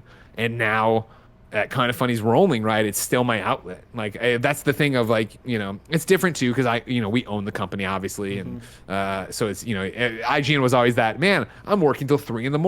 and I don't see any of the benefits of, I'm still getting the same salary. Here, it's every sub matters more to us. You know what I mean? Every new patron that I can go out there and win over is something different. So it's I just got I gesture like you can see it. Kevin just installed or brought over this new screen for me that I was using on my stream yesterday with Snowbike Mike. It's awesome. I now have a setup away from my wife. So at night, I could stream games if I want to. And if I do that, I'm not going to stream them to Game Over Greggy. I'm going to stream them on Kind of Funny, right? Yeah. I can go there and expand our coverage platform that way and do different stuff that way. And it's in your chat here, Bat Randy says, my guy here is living the life, man. I am. I just get to, play with toys and talk about toys. I'm literally living big, right? And it's just there's a movie, if you don't know, Big. Sounds weird. Tom Hanks movie. Yeah, great movie. But it's what comes next, I don't know. And I don't know because I'm so happy doing what I do. You know what I mean? My life is awesome, and it's because of people like you. It's because of the kind of funny audience and best friends that want to hear me talk about video games and want to experience, you know, what it's going to be like me becoming a dad, or what it's going to be like, you know, talking to somebody like Jack Quaid from The Boys. Like, everybody gets to live these experiences through me because I hope I'm authentic and they know that I'm just like them. But then, going with Ignacio that says Superman VA, if life gave you a chance to work either on a video game or a comic for Superman, which one would you do? Sure. Of course. Oh, wait, I'm sorry. I have to choose one? Yeah. What am I? So. You can either write a comic book, Thank you. your own Superman comic book, or Yeah. work on a game. Probably on whatever part you want to do in a game, but just don't make my work harder than it is. Those are the options you have. I would probably do the game. I feel like there's been so many great Superman comics. Okay. And I would love to be a part of that. I keep telling Gary, get another job. Just let me come in and pitch stuff.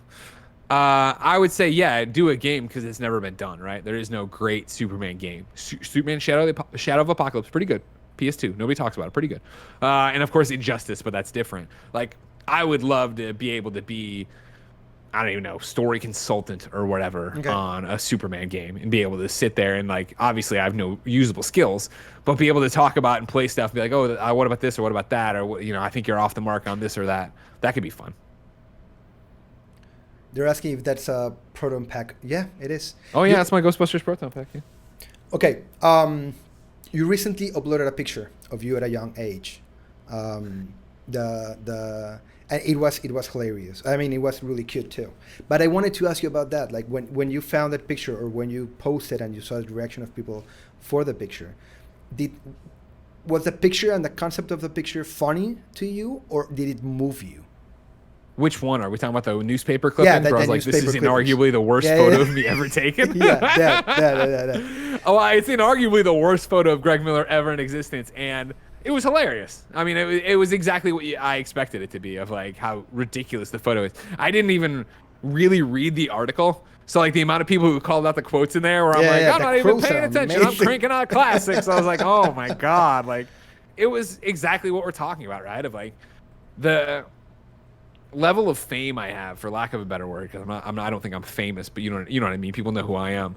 Like, is the perfect level, because it isn't that I'm on some pedestal. It's that I'm just your friend, or this guy you know that is a goofball, and you get to live my life through it. And so yeah, to bring up, hey, look at this weird ass embarrassing photo of me. Like, it was meant to be laughed at. It was meant to be ridiculous, but it was also meant to be that I've been the exact same person you know my entire life.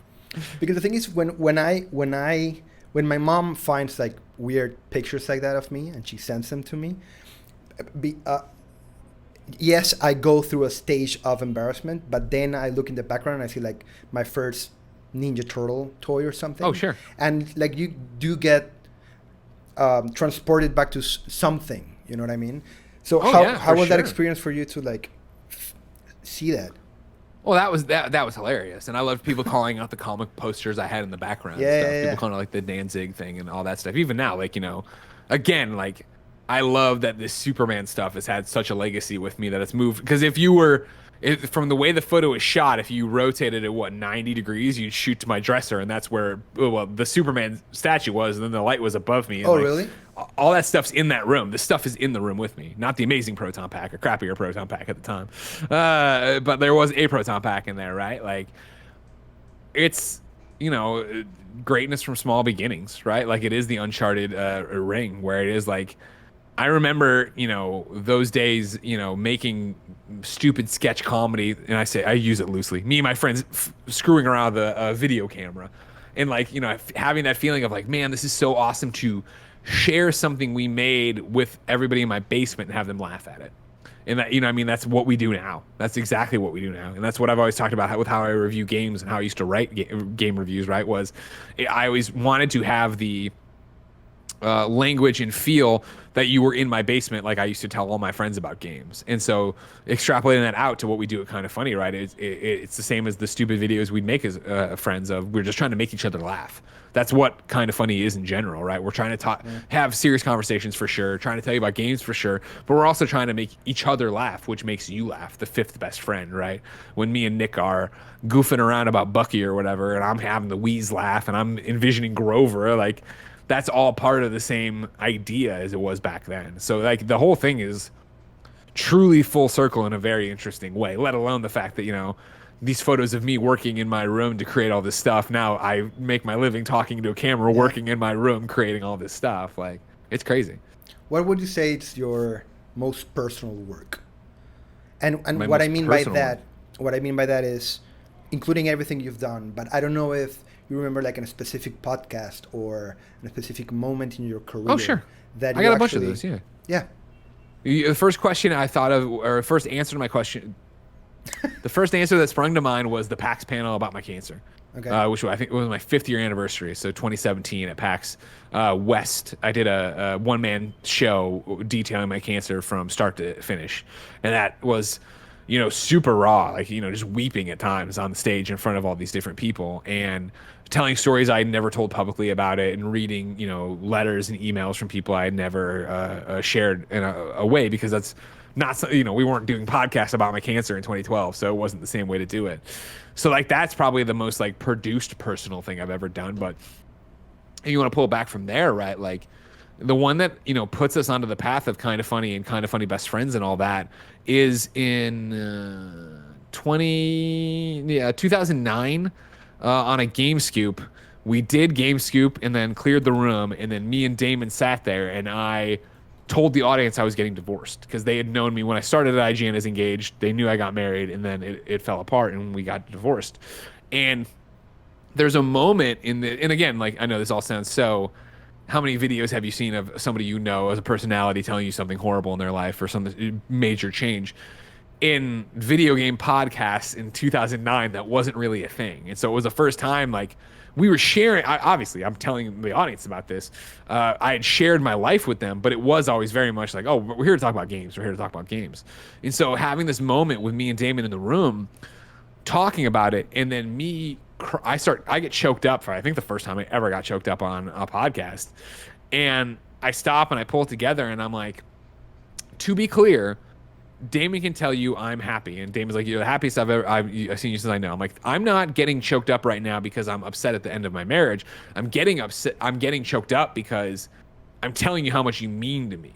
Like, you, the audience. And I don't think I'd ever expressed that before on a podcast or in any medium, right? And so I don't call you best friends, I don't think. Maybe I do, actually, but I didn't have any, it was all off the cuff at the time of what was going on. But like, I distinctly remember that, where it was like, oh man, like, this is a different thing. Like, this isn't what I thought it was necessarily. Like, clearly we're on another level as an audience. So I think those are great bookends in terms of this first time it ever happened, and then like the major time it happened, let alone, you know, all the different times we've had it here, whether it's, you know, bringing Jen on when we got married and talking about that, whether it was, you know, just last week talking about being pregnant and having her on the podcast talk about that. Like, there's a whole bunch of different moments like that that are peppered throughout the career that are like really intense, like me sharing my life in a way that you don't necessarily expect people to.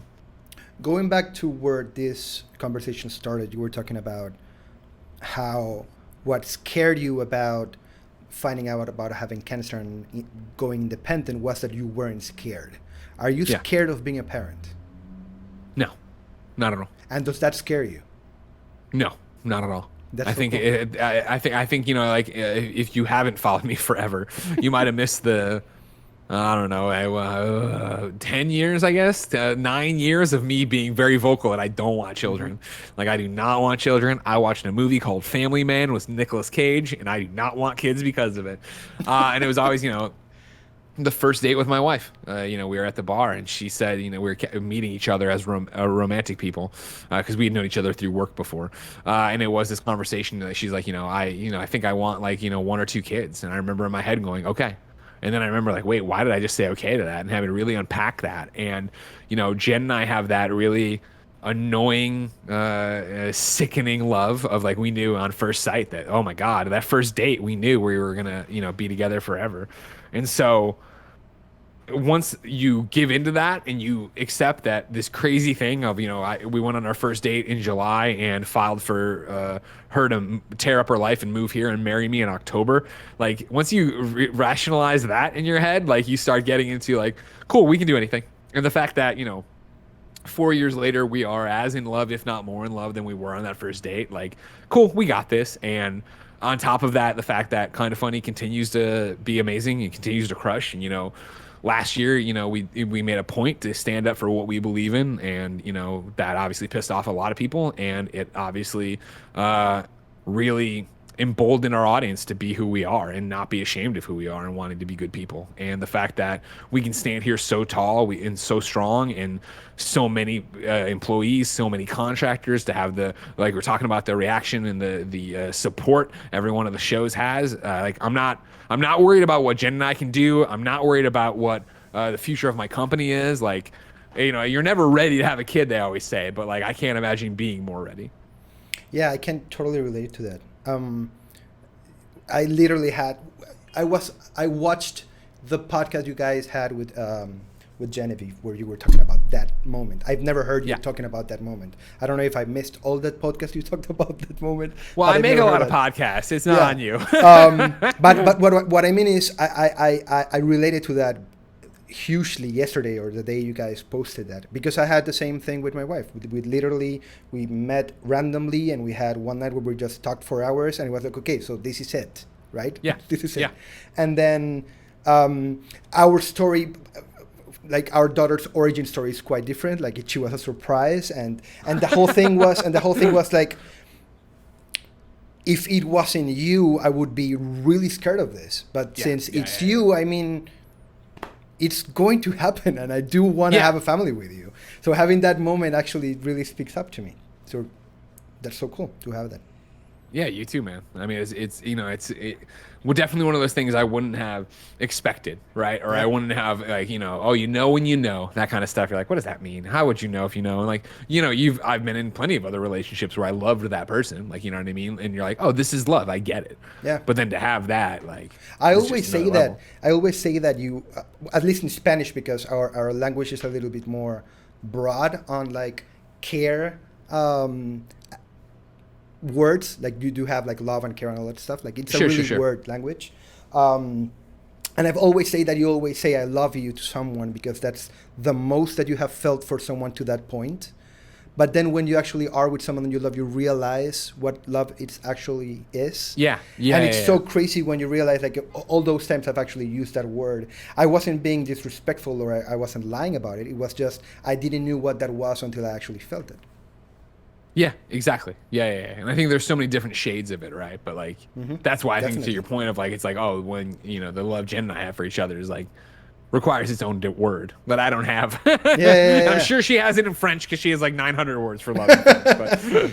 Dude, I'm so, and I, this is going to sound dismissive to some point, but I'm really proud of what you guys have accomplished. I've been a fan of you since IGN. To see you guys jump and actually succeed has been a great thing for, I'm guessing, all of your best friends to watch. This Twitchella as a concept is it spawns from the project we have that spawns from what you do. So in some sense, you're responsible for this event to actually come through. So thank you for, just as you were talking at the beginning when you wrote emails to Shu to answer this email and to just jump back in. This is like the second time you've actually donated your time to do something with me. So I truly appreciate you doing that. Well, dude, I appreciate you and I thank you. Like, you know what I mean? That's what it's all about, is that people hear the message and they run with it and they do amazing things like this, you know what I mean? That I never would have dreamed of. Like, that's what it's all about. Thank you for listening. Ok, gente, con eso nos despedimos de Greg, pero quédense porque le vamos a tirar raid a Wesh. Voy a pasar a la pantalla de Hold. Quédense en el chat porque vamos a tirar el raid a Wesh, que vamos a estar jugando bingo. No se pueden perder eso y recuerden que tienen que seguir donando. Y si no conocían a Greg Miller, pues ahora lo conocen y pueden buscarlo en Game Over Greggy o Kind of Funny en todas las redes sociales. Gente, se les quiere mucho. Nos vamos en raid y estamos viéndonos en el chat porque todavía quedan 4 días de Twitchella. Greg, thank you for everything, dude. Thank you, man.